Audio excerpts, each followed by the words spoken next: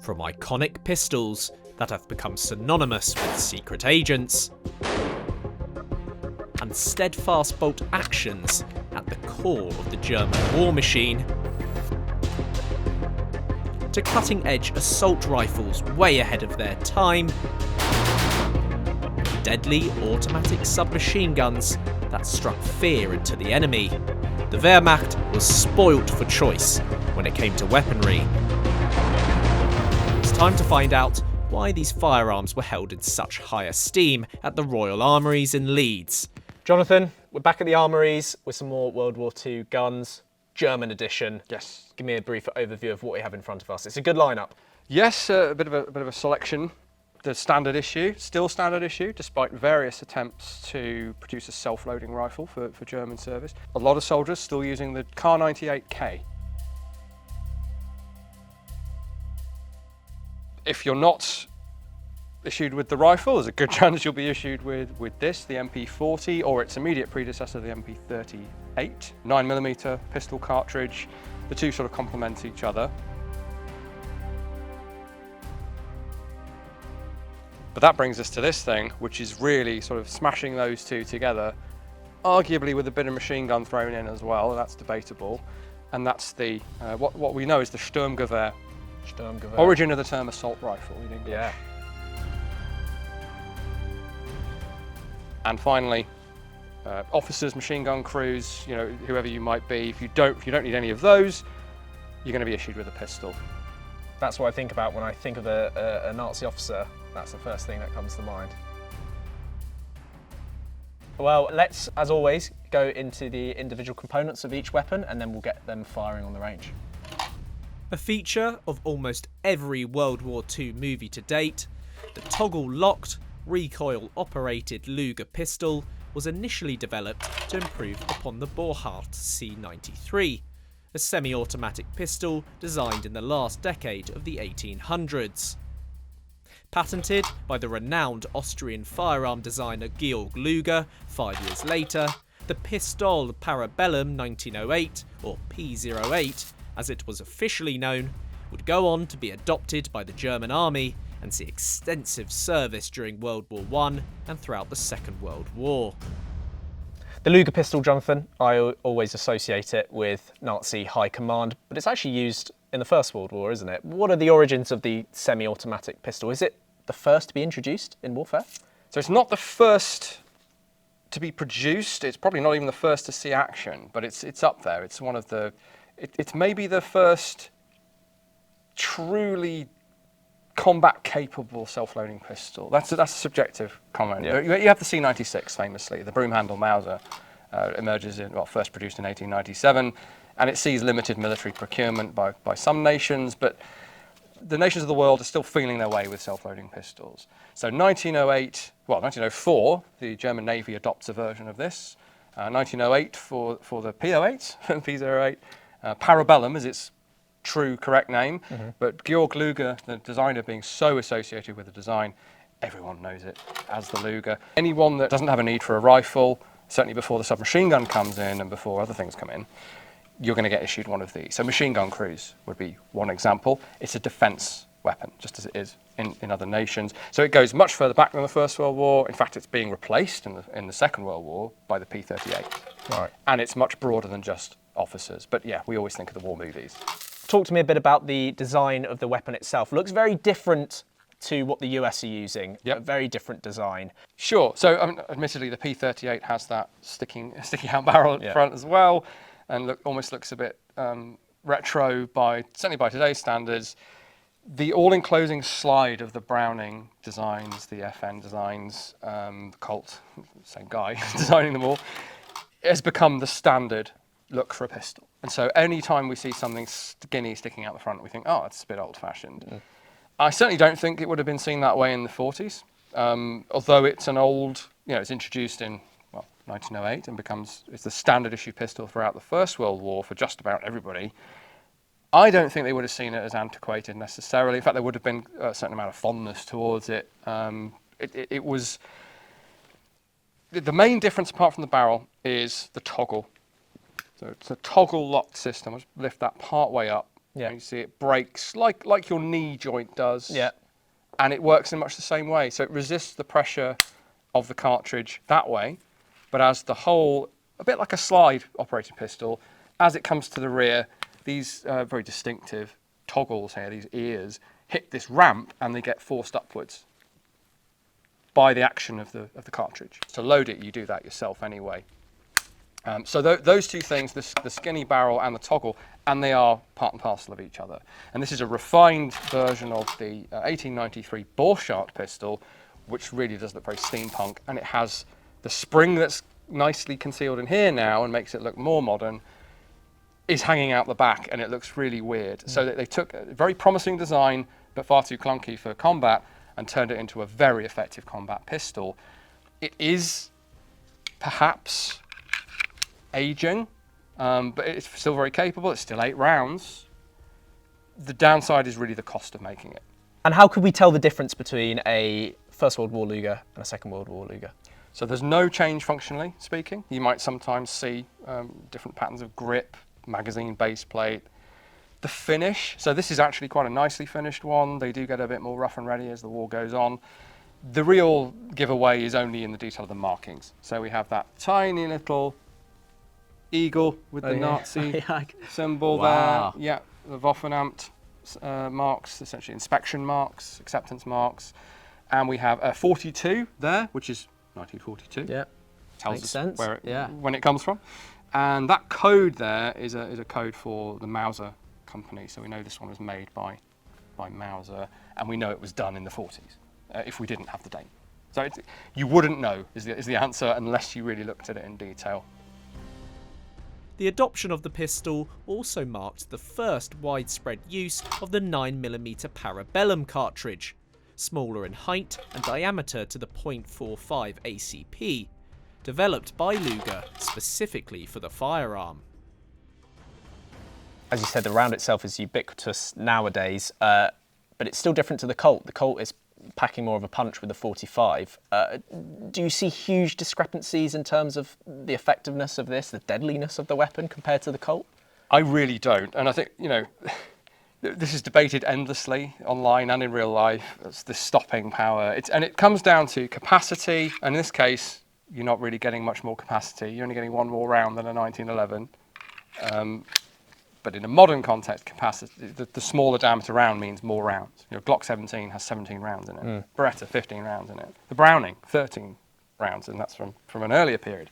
So as soon as it becomes possible to cram more rounds in, it's possible with the 9mm much more than it is with the 45. So you either want the big old round that you think is putting people down harder and quicker, debatable, or you want higher capacity, and often the thought was in Europe, both with the 7.63 Mauser and with the 9mm, more penetration. A bit like with a sword, you want a long pointy sword for getting as far into the human body as possible, because you're going to hit something vital. So do you want a big old hole in the enemy, to put it bluntly, or do you want to reach a vital organ? And it's an ongoing debate, 9mm versus 45, still with us today. Well, let's see how it performs on the range, Jonathan. First up is the Luger, 8 rounds, semi-automatic. It's pretty simple, isn't it? Simple to use. It's relatively complex for a modern pistol. Yeah. But that shouldn't affect me shooting it. It shouldn't affect your accuracy. We'll see. 4 meters out. Let's see what you can do. Top target in your own time.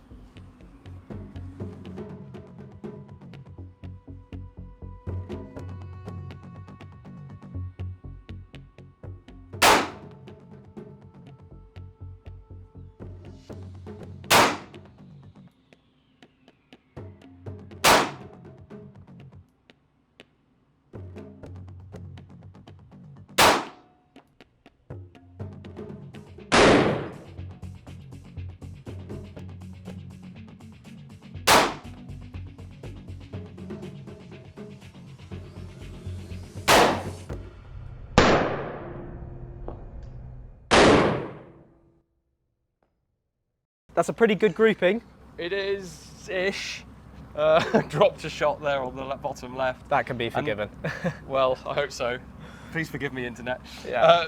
But yeah, that's very, very slow, deliberate fire. That's more like plinking, target shooting, rate of fire. That's not really how you'd ever want to. Well, I guess if you could, if you had an enemy running away from you or coming at you, and you felt you had the time to squeeze off deliberate shots, maybe. Yeah. But that's not really the primary purpose of a pistol. But it shows that if we ignore the flyer, it's capable of some reasonable accuracy. But all pistols are useful at maybe 10 meters. You know, unless you've got a lot of skill and you're calm and you're able to make the most of them. They're self-defense weapons for close quarters. So you could be firing that at 3 times the speed if you wanted to, but again, it's that balance, accuracy versus fire rate. Yeah, I mean, the advantage of a self-loader is you can fire it with a bit more accuracy at a higher rate with practice. You do need practice to be able to do that, otherwise your shots are going to go astray. No one's firing with 2 hands at this time. I was going to ask about that, whether you did it with the one hand. Yeah, it comes from target shooting, essentially. It's long-range fire. Fairbairn and Sykes, the people who trained SOE in the UK, and then the OSS in America, and they have their own team as well. They are doing the modern pistol, 2-handed pistol grip for long-range fire, for a steadier shot. But it's just not done in the way that it is now, universally.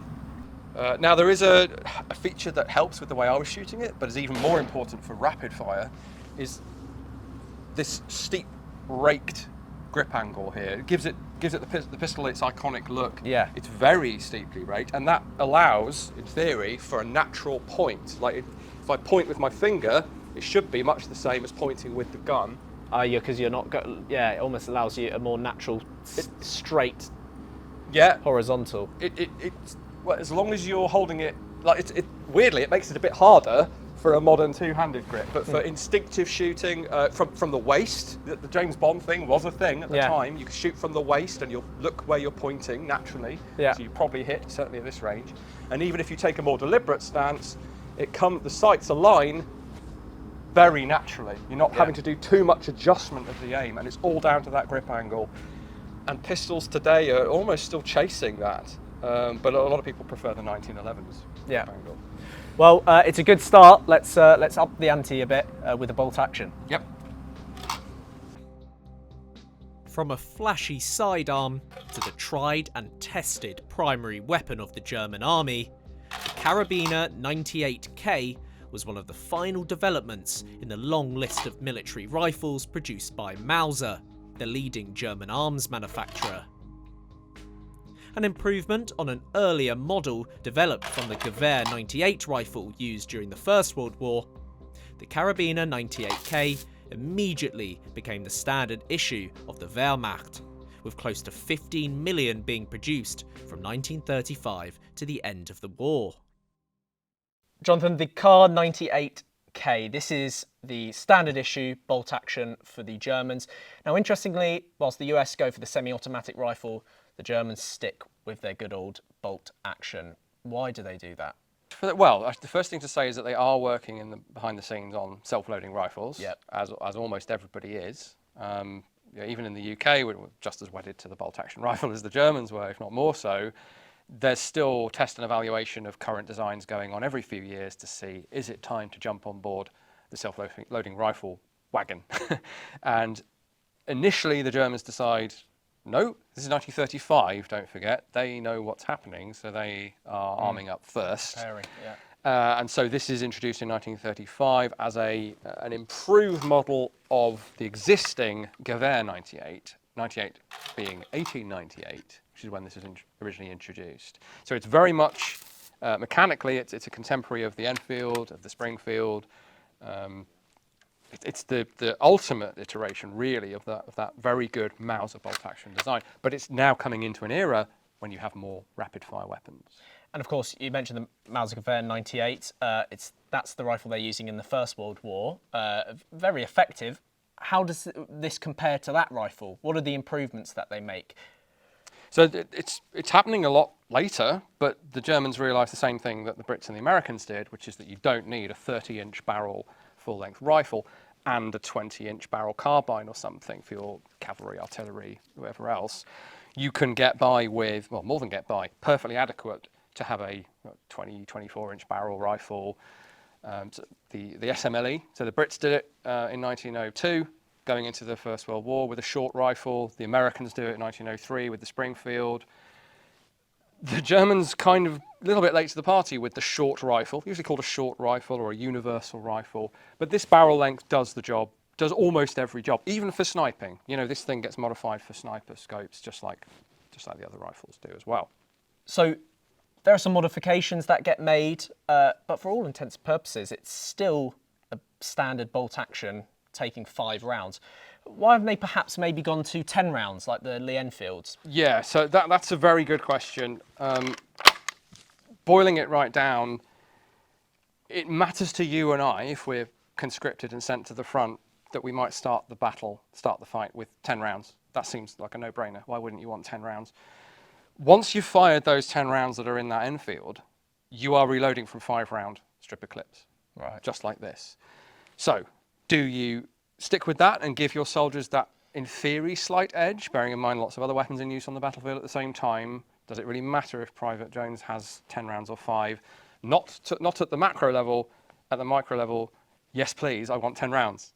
The upsides of going 10 rounds, much slimmer. So there's an aesthetic angle to this, in that for drill and parade, you have a nicer looking rifle. That's a minor concern, but it is a concern. Important, yeah. More importantly, you're using a bit less in the way of metal to make that extended external magazine. You're making it less vulnerable to impact. Now, I haven't read or seen anything about serious issues with dented magazines, but in theory, if you get a dent in an Enfield magazine, you've got a feed stoppage. So, in the scheme of things, a little bit conservative to try to not up the capacity. Now, in the First World War, they had 20-round magazines for these as an option for trench fighting, because it was recognised that in trench fighting, yes, you do want higher capacity, but for the traditional role of the rifleman, 5 was seen to be enough. So it's all about reliability, and of course, you mentioned before that they were at the same time, perhaps in the background, working on these semi-automatic rifles. Are they just far more rare than this rifle at this point? Are they not? They're still not making it standard issue, are they? Well, having armed up en masse for the great conflict that's coming, they've kind of made the decision for the time being.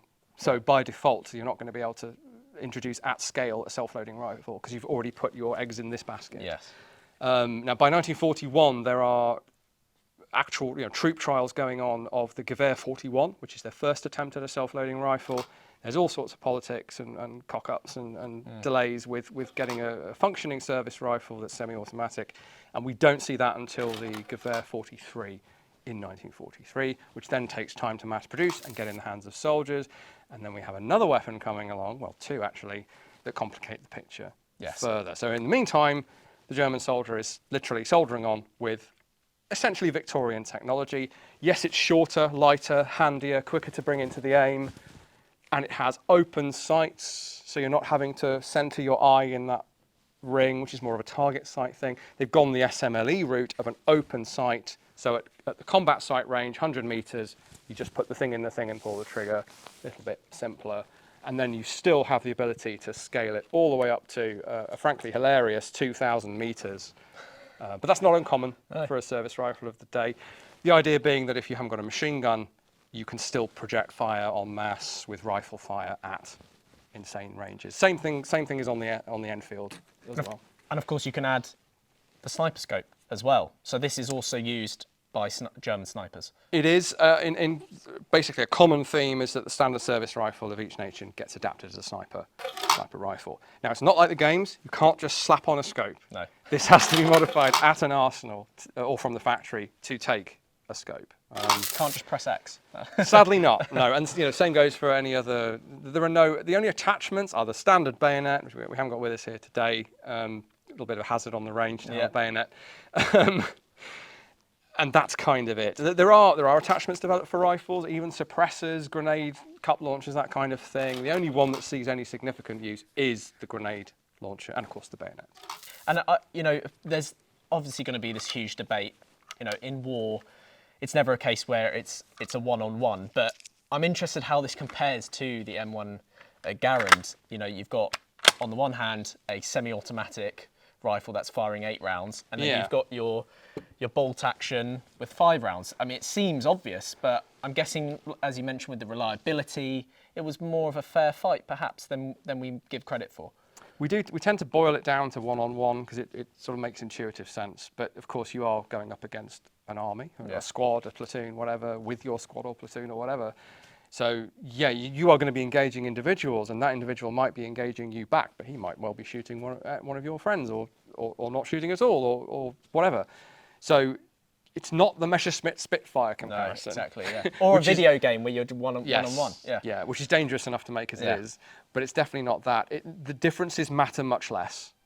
But having said that, if you are a soldier, or even at the squad level, you want to be armed with self-loading rifles. I suppose if you've got the choice, you're probably going to go with the Garand if you had a choice of Absolutely. either. Captured Garands were used, as all captured Allied weapons were in one way or another. And of course, as the self-loading rifles, the Gewehr 43s filter in, they're used at a significant scale, but they're not ubiquitous in the same way that the Garand is. So there would have been an element to the German soldier's psyche, I think. The Allies are terrified of, some of them at least, of facing the MG42, Yeah. devastating defensive machine gun. The German soldier might be thinking, I don't really want to go up against this 12-man squad of semi-automatic riflemen because I've only got this. Yeah. So maybe more of a psychological thing. The majority of soldiers who had no choice but to stick with their trusty bolt-action rifle were given 50 to 60 rounds of 7.92 Mauser cartridges, divided into stripper clips of 5 fed into the receiver. Itching to test my marksmanship with this weapon noted for its accuracy, it was time to set up some targets and head up the range. Okay, this is the bolt action that I can fire, the Kar98K. Let's see how it's loaded. Yeah, well, it's very similar to the US Springfield.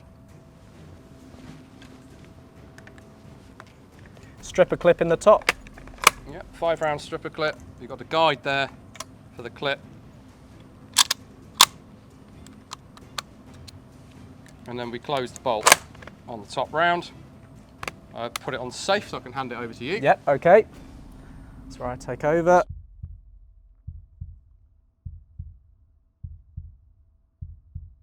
Ready? Squeeze. Far more of a kick on this one, for sure. You think? Yeah, I think so. Interesting. You're the expert, but that's what it feels like. It's very subjective. I think I was way off on that one. Yeah, still going in the right place.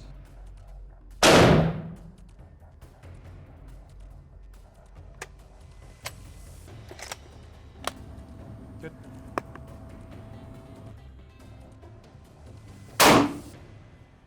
There we are, right in the middle. It's doing well. Right. Bullseye. Maybe No, not. that's good. You don't necessarily want the bullseye. You want a smaller group. Okay, we are clear. I'll hand that back. Give that to me. I'll just. So I certainly felt a bigger kick on that one. You said Interesting. it's all subjective, right? It is. Well, it's partly to do with the length. Well, length of the stock, your proportions, how well you're pulling it into your shoulder, what you're wearing. Yeah. All factors in. On paper, they should be very similar recoil, but it is very subjective. And how does it look? My eyesight's not great from this distance, but Honestly, again, it's very similar to what you did with the Springfield. Yeah. Similar size group. You sort of chased it around a bit, and then you punched 2 in the middle to finish. So it's a decent group for standing when you've not shot one before. that's what you get with the bolt actions. You know, it's good accuracy. Now, you and I should probably be able to put them through the same hole, Yeah, but we need a bit of training for that. it's true. Training was certainly needed for the introduction of a new weapon that had the capability of changing the course of the war. Whilst attempts were made to produce a fully automatic combat firearm earlier in the conflict, the year of 1944 saw the genesis of the world's first successful assault rifle. When you said that this weapon was not only available to get out but also fire, I was extremely excited. The STG-44 or MP-44. Same thing. MP43 is almost the same thing. There are a couple of changes over time, but All three are the same gun, functionally speaking. And I mean, the massive elephant in the room is this looks like the rifles that modern militia groups are using today. And it's introduced in what, 1944? Pretty much, yeah. I mean, I suppose we have to remember that the famous Kalashnikov that this is often compared to, it is sort of it was first manufactured in 1949, prototypes in 1946, 47. So there's not a huge gap there between something that then becomes the standard, the world standard for automatic rifles, assault rifles, whatever you want to call them. But yeah, at the same time, somehow within that time frame of 39, 45, we think that's just too modern looking. Yeah. And that's because this is the first. This is where we get the term assault rifle, which is not a hugely helpful term in a technical sense, but it has stuck. And it's this idea that it's a rifle you can assault with, like you could with a submachine gun or any other rapid fire weapon, but typically a submachine gun. So literally in the assault phase of an attack. But you can also use it with single aimed shots like a rifle. So it's a combination of those things. There's even some talk, serious talk, that this could mean fewer MG42s in the squad, or well, not in the squad, sorry, but in the platoon overall. So you might have squads made up of just these guys because they can deliver enough somewhat aimed, rapid and automatic fire to compensate for a machine gun. Turns out you can't quite replace a machine gun with an assault rifle, but certainly pistols are now going to become even less relevant than they already are. And the big thing is even if you only look at this as a sort of souped up submachine gun, it's still worth having. Absolutely. And if it replaces bolt actions and self-loading rifles, which for some armed forces after the war is the way it goes, then this becomes almost a do-it-all weapon, almost.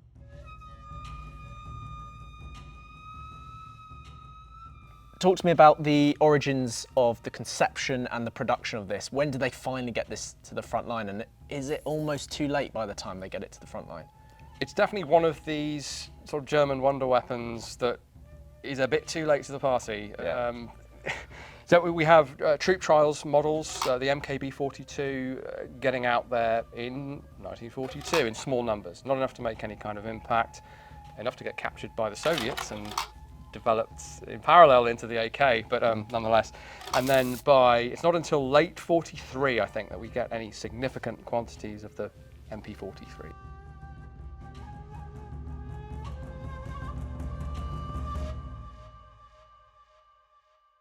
So as it's more fully developed as a piece of kit, you could take this to war now. It even has latterly, it has an optics rail for a 4-power sight as well, which would bring it fully up to essentially to within the last couple of decades anyway. Yeah. And you could still fight with it today. It's a bit heavy. It's a little bit heavier even than the Kalashnikov. This is the AK-47 variant. Heavier than the AKM, heavier than most modern rifles, but not too it's bad. so nearly there. It's so nearly there. I'm astounded by the fact that it doesn't cost far more to produce these than the normal rifles. I mean, that's insane. I mean, I guess at this point in the war, with the German war machine, it's not quite what it was in the late 30s. No, but I mean, in terms of the cost, it's substantially sheet metal. You have barrel. Tubular solid steel barrels are just standard for all rifles, so that's no additional cost there. You're having to put all the design and research and development into the working parts, the gas parts, to make sure it works reliably, which they did. But substantially it's sheet metal, and they already have that technology for the MP-40, for the MG42. It's already perfected. It's not going to cost you much. Well, you have to outlay to scale up all the tooling. Once it's there, you're running these things off at a rate, at a cost that becomes less than what a Mauser costs. And that's partly because there's very little wood on this thing. That's something the Germans perfect, don't they? This is sort of mostly metal weapons. I want to talk a bit about the functionality itself. Yep. Obviously, fully automatic. What rounds is it using? How big is the magazine? So, well, you can see that we haven't got a round handy, but it's a short rifle cartridge. So you're getting into the ballpark of rifle ballistics in terms of penetration, wounding effect, but it's reduced power. And more than the automatic feature, it's the low recoil. Right. And the reduced weight. You can carry a lot more rounds shoot more rounds. You don't need every shot to be ballistically the best ever. This turns out to be a great compromise for the infantryman. And it's a 30-round magazine, just like an MP40 is. We've got the push-button magazine release and dust cover of an AR-15, decades before the AR-15. That keeps the action nice and sealed against the bad weather, dirt, whatever. And fast magazine changes start to become possible. Magazine off, magazine on. We've even got a left-handed charging handle, which is not as good as one on both sides or switchable, but still, it's for keeping your hand on the grip. You've got the safety where you need it to be. You've even got your fire selector up here where you need it to be, all without taking your hand off the pistol grip. A very modern idea, but already there. And then we can cock it from the left and then immediately bring it into action. So even ergonomically, it's not bad. I'm guessing that, sadly, a lot of the people producing this, there might be POWs, people in concentration camps. And unfortunately, yes, that's a very important point. Just general downturn in industry from losing the war, people who are, let's say, far from motivated, possibly even, certainly, active sabotage of like, well, I'm not going to heat treat this bolt properly because why should I? And maybe it will help save someone's life on the battlefield. That all plays into this. So we do need to be mindful. Not only are these designed to kill people, they're in some cases being made by prisoners, by people who are going to die themselves without even a shot being fired, potentially. Well, nonetheless, I guess the Allies might be thankful that this wasn't introduced earlier. Let's take it to the range, and well, I can't wait to see this thing fire. It's certainly interesting. Utilising the intermediate 7.92 by 33 round, which fell squarely in between the 7.92 by 57 Mauser round used by the Kar 98 and the 9mm round used by the MP series, the STG-44 was pumped out 450,000 times by the German war industry until the end of the conflict. We're now about 3 or 4 meters away from the target. I'm going to see how quickly you can fire this thing, or it's before it heats up and explodes. Yeah, there is the assault or waist position, the classic hip firing thing. If you go into a trench or into a building, you may well be using that. I'm going to see what I can do from the shoulder with some short bursts. Cool, off you go.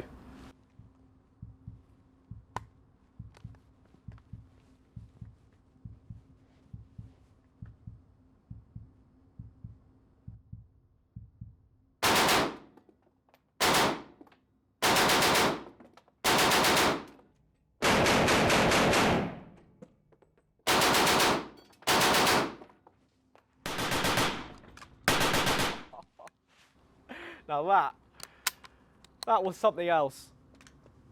I won't be seeing that. That's a real once in a lifetime experience. That. How did that feel? First of all, I know it felt for my cameraman. It is a bit like it's an obvious thing to say in a way, but it's like a Thompson smashed into an MP40. Yeah. It doesn't feel like a rifle. And I've fired modern automatic assault rifles in burst as well. It's way more controllable than those. Really? Yeah. It's so slow. So you're not getting that. I mean, modern militaries don't typically use automatic fire unless it's an emergency close quarters thing. They're more about rapid semi-auto, which this is capable of as well. But you can see why they pitched it at that sort of 600 rounds per minute. A little bit faster than a Sten or something, but so much more controllable, soft shooting. Now it does still, that cumulative recoil effect, I did feel myself moving off target. So that 3 to 5 round burst is, I would say, probably the optimum.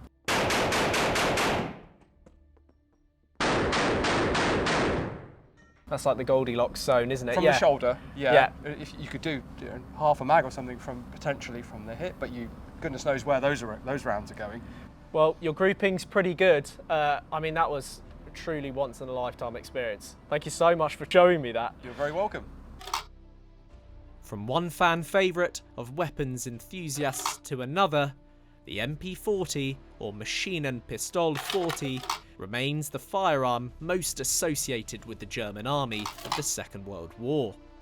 one of the first weapons to be made entirely out of stamped steel components, aluminium and plastic, the submachine gun was mass-produced over 1 million times by the end of the Second World War, and gained a reputation for its portability, efficiency and accuracy. Jonathan, last but certainly not least, the MP40, another iconic weapon of the Second World War. Before we talk about it, kind of want to rewind a bit to the First World War. The Germans are the first to introduce some sort of submachine gun, the MP18. How do submachine guns really change warfare? Obviously, it wasn't able to have the intended impact in the First World War. That's right. So the breakthrough from on the Western Front was achieved by other means, by more effective use of artillery, radio communications especially, and machine guns, effective use of proper machine guns.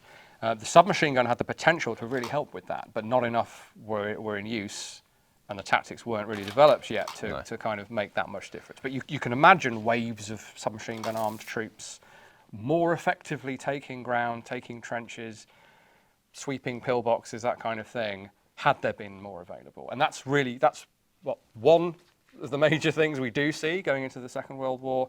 The other side is the mechanization, which wasn't really there almost at all in the First World War. I mean, yes, we have trucks transporting ammo and stuff, but you don't generally have troops jumping in and out of them. No. And that's where something as compact as this, with the firepower of something bigger, really comes into its own. So it always will have that trench broom potential, whether it's really a trench or whether it's a bunker or something. Very, very short, pointable. You can fire from the hip. You can bring it into the shoulder for more deliberate firing. And by this point, you can also fold up the buttstock. Stock, yeah. So intentionally for easier stowage in a vehicle or something, and for just carrying it, or paratroopers strapped to them, so they always have an automatic weapon on them rather than having to rely on crates. Big gear, yeah. My weapon's over there, I need it here. And in the movies, of course, they never bother with the stock. No. But so that's it looks cooler. Well, primarily, yes. Yeah. I mean, it does kind of look cooler with it folded. That's the only major innovation of this, what you might call a second generation submachine gun, or maybe even third. I'll debate that one in the comments. The other innovations are in manufacturing to make it more affordable, to mass manufacture these things. It's the same round as the Bergmann. It's the same sort of rate of fire, 500, 600 rounds chugging away, controllable. The other innovations are, as I say, either manufacturing, so use of polymers. Once you've scaled up for it, cheaper than wood for sure, a bit lighter as well. This whole lower receiver here is made of, well, substantially made of plastic. It's not quite a whole lower receiver. Sheet metal, the Germans are really pioneering the use of sheet metal for firearms, which becomes the way forward for the whole Cold War, basically, nearly the whole Cold War. The magazine has shifted from the side, which the British still favour for getting down in the prone position like a rifleman. That's not what these are for, so the Germans have put it underneath. Bit like the Thompson as well. Exactly, in parallel to the Thompson. But interestingly about the magazine is a sort of, they're not exactly holding the magazine when they're firing. They're holding sort of just above it. Yeah, exactly. Yeah. So you will see extras in war movies, especially some actors as well, swinging on the magazine. Now I don't know if you can see that, but it's always moving a bit. If you might be able to see in there. That actually substantially changes the angle of the rounds, and the more you swing on it, the more it'll wear, and the more it'll do that, which combined with maybe not the best hold, could end up causing it to stop. It's also far less accurate to hold it down here. That's what this is. Well, firstly, you're supposed to grasp it here, where it's grooved for the purpose. Right, okay. I mean, go and look up some old footage and photos and see what you think. But this is clearly, for me, also designed for grasping. And at this point, we've got these they're reinforcing ribs for manufacturing purposes to make it lighter, but they do also help with the grip. And you will typically see German soldiers grasping it here, which also means it's quicker to bring your thumb up to change magazines as well. But we should remember that it was designed to be used like this, which makes it rather front heavy. Yeah. So it's there's pros and cons as with every weapon. I mean, the first thing that strikes me when holding this is it's just fully metal. I mean, these things were designed to be able to be produced, en masse. Yeah. For a weapon produced on such an industrial scale, the MP40 has an abundance of intricate details and adjustable properties. Along with a handy collapsible buttstock is a U-shaped rear sight mounted above the receiver. The sight has two mixed settings, a permanent sight calibrated for 100 metres and a flip-up sight calibrated for 200 metres. An impressive effective range for a submachine gun of its era. And as always, I'm going to ask this question, how does it compare to your Thompsons, your grease guns, all those sorts of weapons? It's interesting because it kind of has features of all of them in a way. It does. It has the collapsible stock of a grease gun and the sheet metal construction of a grease gun, but it's in 9mm. It has the equivalent rate of fire of most of the guns of the time, but less than a Thompson or a PPSH. The selling point, I think, is probably the buffering in here. So you can see it even without taking it apart. There's this concertina plunger arrangement going on in here. Oh, yeah. 3-part recoil spring system. And that means that the bolt it doesn't even hit the back. Well, I think it technically does, but you don't feel the impact. And that impact is what throws off your aim. So you can literally hold it on target, chugging away like this. Unlimited recoil, yeah. So it's almost constant recoil, which is the technical term for when the bolt doesn't hit the back. So it's all the same recoil, it's just managed much better. So you're more likely to hit on automatic, which is all this does, with this than you are probably with any of the others. Well, Jonathan, you've whet my appetite. Let's take this to the range. Let's do it.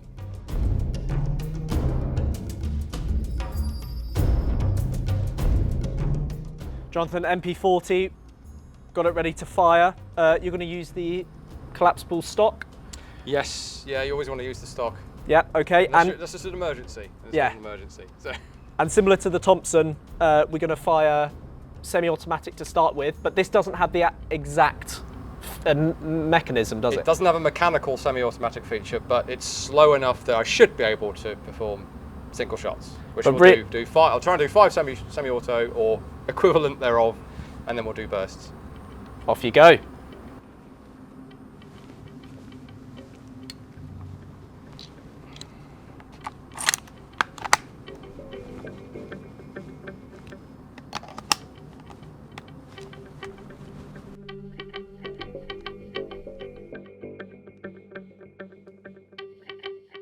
Bottom target.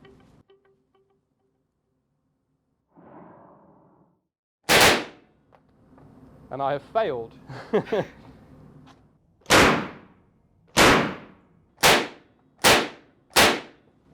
That's what I should have done.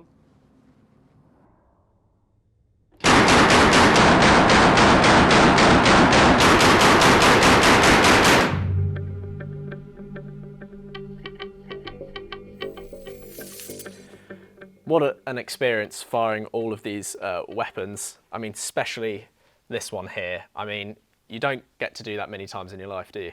You don't, no, and there are only so many of them and so many spare parts. And how did it feel firing all these weapons? I mean, would you say that Germany overall, if we take into account, their submachine guns across the board, have they got some of the strongest firearms of the Second World War? I think that's fair to say. I mean, it's a cliche almost that, the Third Reich builds up the coolest kit. There's certainly the most, I don't know, I suppose there's a sort of weird mystique to it as well, but they are technically superb. There's no getting around it. They enter the war with a very ordinary but proficient bolt-action rifle, the good old Luger that is celebrated. We have more of this than almost anything else. We have nearly 296 Lugers because every GI, every British soldier, every Tommy brought one back. It still shocks me that they decide to keep this bolt action as the standard issue. It felt nice to fire, but obviously by the time the Sturmgewehr comes in, it's so superior. It's just a case of too little, too late. They're late to the party with a short bolt-action rifle 20 years earlier, 30 years earlier. would have been the time to do that, but for obvious reasons that didn't happen. It's not that they were going to rest on the, well, not even laurels really, it's not that they were going to stick with this, they were working on the replacement, but they were already committed to this for a period of time, and that ended up being the whole war for many soldiers.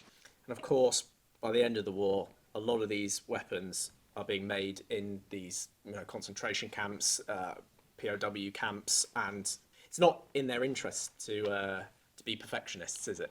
Well, you've got everybody, by the end you've got everyone from dedicated craftspeople that want to carry on doing what they did 10, 20 years ago, all the way through to people who are going to die, and they know they're going to die, and why the hell should they do anything but the most basic job, or the worst job possible. There's actual sabotage going on at this time as well. So and the weapon, you can see in the weapons, the Brits start the war with the terrible looking and arguably not the best gun ever, Sten gun, because that's potentially going to be the last ditch for Britain. But Britain comes back from that with the help of allies and pulls itself up by its bootstraps, and they end up with better weapons. Germany ends up copying the Sten gun. That's the situation they're in by 1945, is they can't make enough of these, and they end up copying the tubular sheet steel Sten gun. That's just an indicator of how bad things were. Individual weapon, what's your preference here? If you're a German infantry soldier, what do you want to be armed with? Well, I think our fans over on GameSpot especially would be remiss, would think I was remiss if I didn't say the S2G, the MP44. It's. I had a feeling you were going to go for that one. Well, I may well choose it anyway, but it's also there's a memey reason. You'll have to go and watch the GameSpot channel to find out, but it's bound to crop up again. But no, in all seriousness, it's the original assault rifle in the terms of the concept of the intermediate cartridge. You can argue whether there are earlier assault rifles, but you are effectively redefining what assault rifle means. This is, by definition, the first, because it's the first to be called that. It's the first to use a truly intermediate cartridge between a pistol and a rifle round. Just to head off any comments. I personally think you'd have to be an idiot not to want to go into action with 30 rounds, semi-auto or fully auto, as opposed to 5 rounds. Yep. And a much heavier weapon. And it's the template, not only for the Kalashnikov, which it resembles, but also for almost every other modern infantry rifle. Or, a few countries stick to that full power rifle cartridge, and still to this day some of them do. The vast majority go for that concept. It's got a good legacy. It has, yeah, ultimately.